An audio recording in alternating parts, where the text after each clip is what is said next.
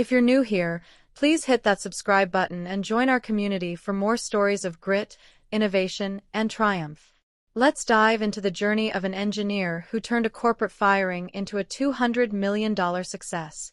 I'll never forget the day I got the call from HR. They were letting go of my best engineer, Alex, for wasting time on side projects. He was brilliant, always tinkering with ideas that seemed outlandish to the higher-ups. They wanted him focused solely on the company's core product, a clunky enterprise software that hadn't evolved in years. Alex had been with us for 3 years, pouring his heart into every line of code. But his passion projects, those were deemed distractions. I argued he was our most innovative mind, but the decision was final. His desk was cleared out by noon. Watching him pack his things felt like losing a piece of the team's soul. I couldn't shake the feeling that we'd just made a colossal mistake. Alex didn't say much as he left, just gave me a nod and a quiet, "I'll be fine." Little did I know, that moment would spark a story no one saw coming. The company's loss was about to become the tech world's gain. Alex wasn't your typical engineer. He'd spend lunch breaks sketching algorithms on napkins, his mind racing with ideas. His wasted time was building prototypes for apps no one at the company understood. One was a machine learning tool for automating workflows, way ahead of its time. Management saw it as a hobby, not a priority. They wanted him churning out bug fixes, not dreaming up new tech. I remember him pitching his vision to the CTO, eyes lit up with excitement. The CTO barely looked up from his phone. "Stick to the roadmap, Alex," he'd said. That rejection hit him hard, but he didn't quit dreaming. He'd stay late, coding in the quiet of an empty office. I'd see his screen glowing with projects that weren't on any company sprint. It was clear he was building something bigger than our product. I just didn't know how big. After he was fired, I reached out to check on him. He was calm, almost relieved.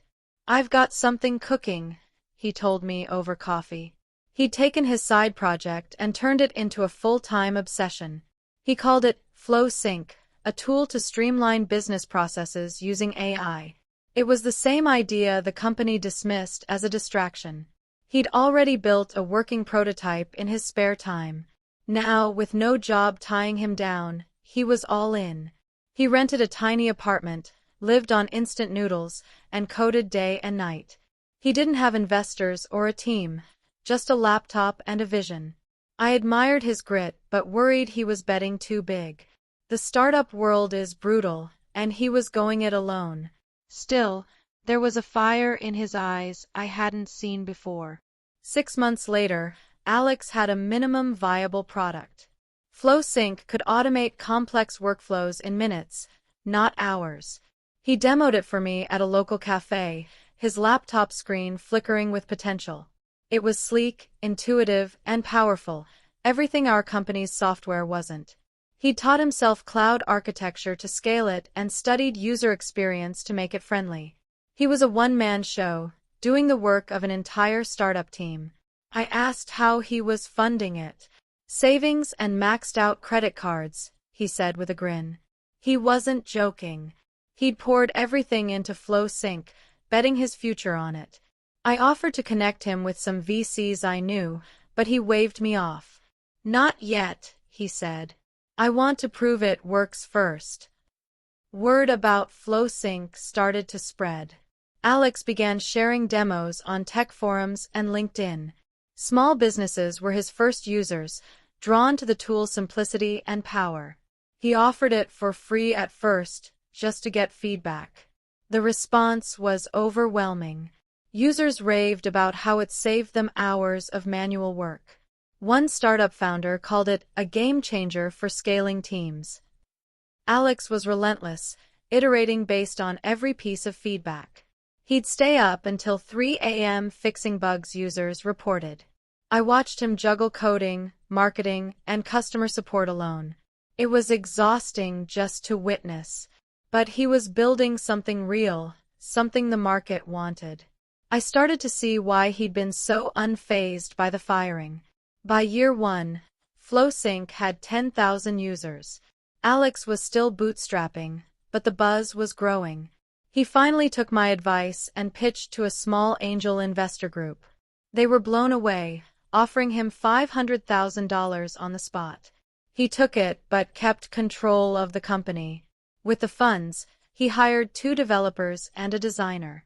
His tiny team worked out of a co-working space, whiteboards covered in feature ideas. I visited once and saw the energy in the room. Everyone believed in the mission. Alex was no longer just an engineer. He was a leader. He set a vision to make work effortless for businesses worldwide. I realized then he'd outgrown the company that fired him. They'd never given him room to shine. The turning point came when a major tech conference invited Alex to demo FlowSync. He was nervous but prepared meticulously. His presentation was a hit. Attendees were tweeting about it in real time. A video of his demo went viral, racking up 100,000 views in a week. Suddenly, VCs were knocking. He raised a $5 million seed round at a $20 million valuation. FlowSync was no longer a side project. It was a legitimate contender in the SaaS space. Alex's inbox was flooded with partnership offers. He stayed focused, hiring carefully to keep the culture tight. I was proud but also a little jealous. Our company was still pushing the same outdated software, losing clients to competitors. Alex was proving them wrong in the biggest way. FlowSync's growth exploded in year 2. It hit 50,000 users, with enterprise clients signing on. Alex's team grew to 15, and they moved into a proper office. He was still coding but now spent more time on strategy and partnerships. The platform added features like real-time analytics and integrations with tools like Slack and Salesforce. Customers loved it, and reviews called it the future of work. Alex was invited to speak at industry events, sharing stages with tech giants. I saw him on a panel once, confident and articulate. It was hard to believe this was the same guy who'd been fired for wasting time. Our old company's leadership must have been kicking themselves. Then came the acquisition offers. Big players noticed FlowSync's traction. A major tech firm offered $50 million to buy it outright. Alex turned it down. He believed FlowSync could be bigger. Another offer came at $80 million. Again, he said no. I thought he was crazy, but he had a vision. He wanted to build something lasting, not just cash out. His team backed him, trusting his instincts. By now, FlowSync was generating $10 million in annual recurring revenue.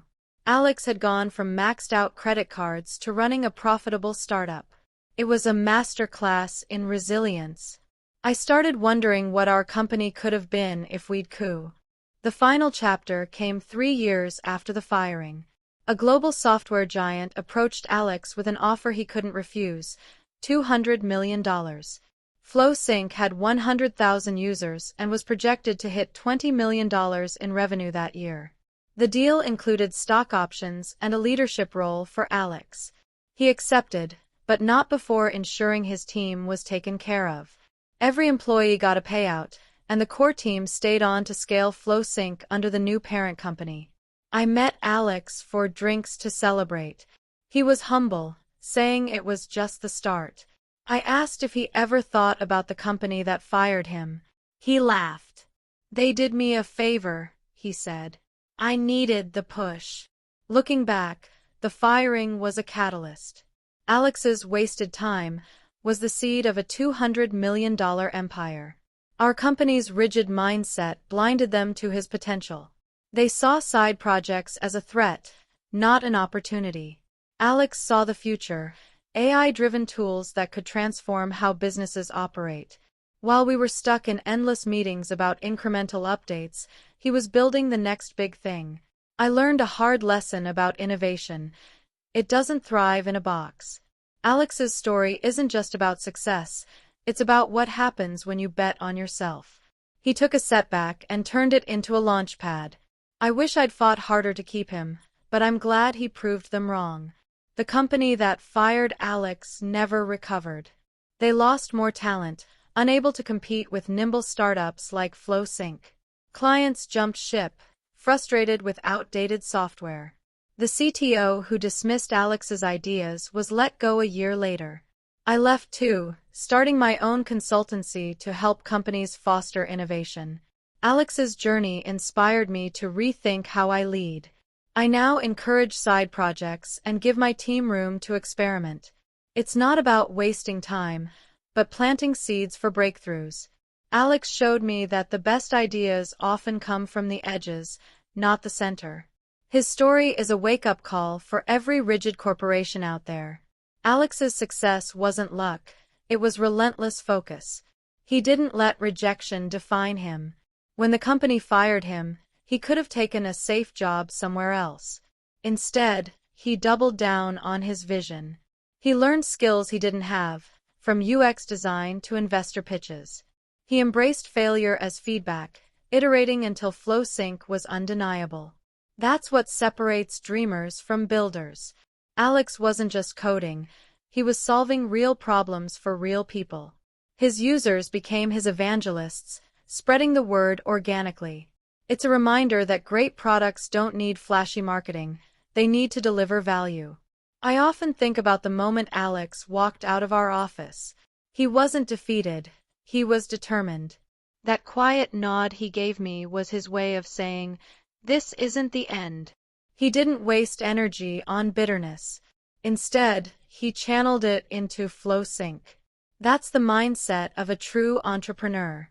Setbacks are just setups for comebacks. Alex didn't need a corner office or a big budget to succeed. He had grit, a laptop, and an idea no one else believed in. His story makes me question every corporate rule that stifles creativity. What other Alexes are out there, being told to stick to the roadmap? FlowSync's impact went beyond its $200 million exit. It changed how businesses think about automation. Small companies could now compete with giants, thanks to Alex's tool. Enterprise clients slashed costs and boosted efficiency. One user told me FlowSync saved their startup from bankruptcy. That's the kind of legacy most engineers dream of. Alex didn't just build a product, he built a movement. He showed that one person with a vision can disrupt an industry. I'm still in awe of how he turned a firing into a fortune. It's a story I'll tell for years, a reminder of what's possible when you don't give up. I visited Alex's new office after the acquisition. It was buzzing with energy, whiteboards still covered in ideas. He hadn't changed much, same hoodie, same passion. But now he was leading a division, shaping the future of a tech giant. His team respected him, not just for his skills but for his integrity. He made sure everyone who helped build FlowSync shared in the success. That's rare in the startup world, where egos often take over. Alex stayed grounded, focused on the next challenge. I asked what drove him. "I just want to keep solving problems," he said. That simplicity is what made him unstoppable. The irony isn't lost on me. The company that fired Alex for wasting time was acquired a year later for pennies. They'd squandered their talent and vision. Meanwhile, Alex's distraction became a $200 million triumph. It's a stark lesson in what happens when you undervalue people. Corporations often prioritize short-term gains over long-term innovation. Alex's story flips that script.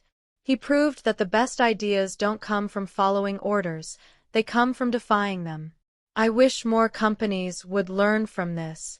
Innovation isn't a checkbox, it's a mindset. Alex embodied that every step of the way. I still keep in touch with Alex. He's working on new projects, always tinkering. He's mentoring young engineers now, telling them to chase their ideas, no matter what. He doesn't talk much about the $200 million, but he lights up when he talks about impact. FlowSync is still growing, touching more businesses every day. Alex's journey has become a case study in tech circles, a story of resilience and vision. I'm honored to have witnessed it, even if I was just a bystander. His success feels like a win for every underdog who's been told their ideas don't matter. Alex proved they do. If there's one takeaway from this, it's this: don't let anyone kill your spark. Alex's wasted time was the foundation of a revolution. Companies that punish creativity are digging their own graves. If you're stuck in a job that doesn't value your ideas, take a page from Alex's book. Bet on yourself. Build something. The world rewards those who dare to dream big. Alex didn't need permission. He gave himself the green light. That's what separates the doers from the dreamers. His story isn't just inspiring, it's a blueprint for anyone with a vision and the courage to chase it. As I wrap up this story, I'm reminded of the day Alex left. I thought it was the end of his journey with us. It was just the beginning of something much bigger. His firing was a gift in disguise, a chance to break free and build something extraordinary. FlowSync isn't just a product, it's a testament to what happens when you trust your instincts. Alex turned rejection into a $200 million legacy. I hope his story inspires you as much as it does me. If you're working on something no one believes in, keep going. You might just be the next Alex, ready to change the world. Let's rewind to the company's decision to fire Alex. It wasn't just about wasting time. It was fear. Fear of ideas that didn't fit their narrow vision. They wanted predictability, not disruption. Alex was the opposite, a force of creative chaos. His side projects threatened their control, so they cut him loose. That's the tragedy of corporate rigidity. They didn't see that Alex's distractions were the future. His firing wasn't just a loss for him, it was a loss for them. They could have owned FlowSync. Instead, they got a footnote in his success story. It's a reminder: innovation doesn't follow a script. It thrives in freedom. Alex's early days after the firing were tough. He doubted himself, like anyone would. But he didn't wallow. He turned his frustration into fuel. Every line of code he wrote for FlowSync was a middle finger to the company that doubted him. He didn't have a safety net, no trust fund, no rich uncle. Just a belief that his idea could work. He learned to market, to pitch, to negotiate, all while coding a product from scratch. That hustle is what made FlowSync stand out. It wasn't just tech, it was heart. Alex poured his soul into it, and users felt that. The first users of FlowSync were small businesses desperate for efficiency. They couldn't afford bloated enterprise software. Alex's tool was a lifeline, letting them automate tasks without breaking the bank. He listened to their pain points, building features they actually needed. That's why FlowSync grew organically. No big ad budgets, just word of mouth. Alex would jump on calls with users at midnight, troubleshooting their issues. He wasn't just building a product, he was building trust. That connection with users turned FlowSync into a movement. It's a lesson in startups: solve real problems, and the growth will follow. When Alex raised his seed round, he didn't lose sight of his mission. Most founders would have splurged on a fancy office or PR stunts. Not Alex. He invested in his team and product. He hired people who shared his vision, not just resumes. His co-working space was modest, but the ideas inside were massive. I remember visiting and seeing his team debate features like it was a sport. They were passionate, not because of stock options, but because they believed in FlowSync. Alex fostered that culture. He led by example, never asking anyone to work harder than he did. That's leadership. The tech conference demo was a defining moment. Alex practiced for weeks, refining every slide. He knew this was his shot to go big. When he took the stage, he wasn't just pitching FlowSync, he was telling his story. The audience saw his authenticity, his drive. That's why the demo went viral. People didn't just see a product, they saw a mission. Alex wasn't selling software, he was selling a better way to work. That's what made VCs line up. They weren't just investing in tech, they were investing in him. His story resonated because it was real. The acquisition offers tested Alex's resolve. Turning down $50 million, then $80 million, took guts. Most people would have taken the money and run. But Alex wasn't most people. He saw FlowSync's potential to redefine an industry. He wasn't chasing a quick exit. He was building a legacy. His team trusted him, even when the offers came. They knew he wasn't in it for himself. That loyalty paid off when the $200 million deal closed. Everyone who believed in him shared in the win. It's a rare founder who prioritizes their team like that. Alex did. The company that fired Alex is a cautionary tale. They're gone now, swallowed by a competitor for cheap. Their failure wasn't just about losing Alex, it was about a culture that stifled talent. They rewarded compliance over creativity, and it cost them everything. Alex's story shows what happens when you let innovators breathe.